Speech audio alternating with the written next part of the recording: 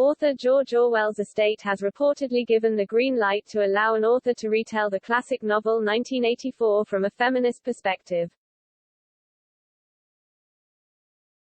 The estate, according to The Guardian, will allow American author Sandra Newman to tell the story from the perspective of Julia, the love of the book's protagonist Winston Smith.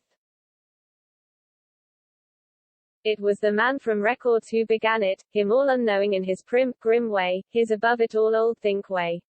He was the one Syme called Old Misery, Newman writes in an excerpt of the new book.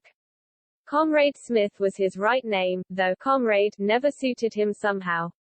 Of course, if you felt foolish calling someone comrade, far better not to speak to them at all. Orwell's estate says that the book, written as a warning against totalitarianism and contains a famous line that reads every record has been destroyed or falsified, every book rewritten, needs to be told from Julia's perspective and that they had been looking for some time for the right author. Two of the unanswered questions in Orwell's novel are what Julia sees in Winston, and how she has navigated her way through the party hierarchy.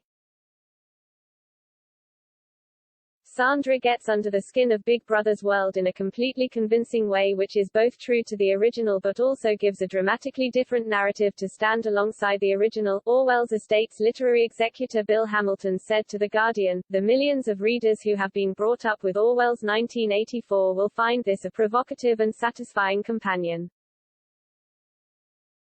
The move to tell the story from a different angle brought criticism from many on social media who suggested the move was exactly the kind of action that the original book warned against. Orwell estate acts Orwellian, Judicial Watch President Tom Fitton tweeted. You know what George Orwell's dystopian classic 1984 needs?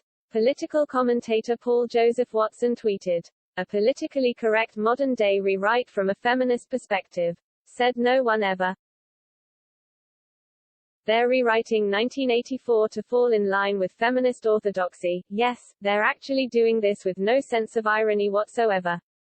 Humor-based news site Not the Bee tweeted.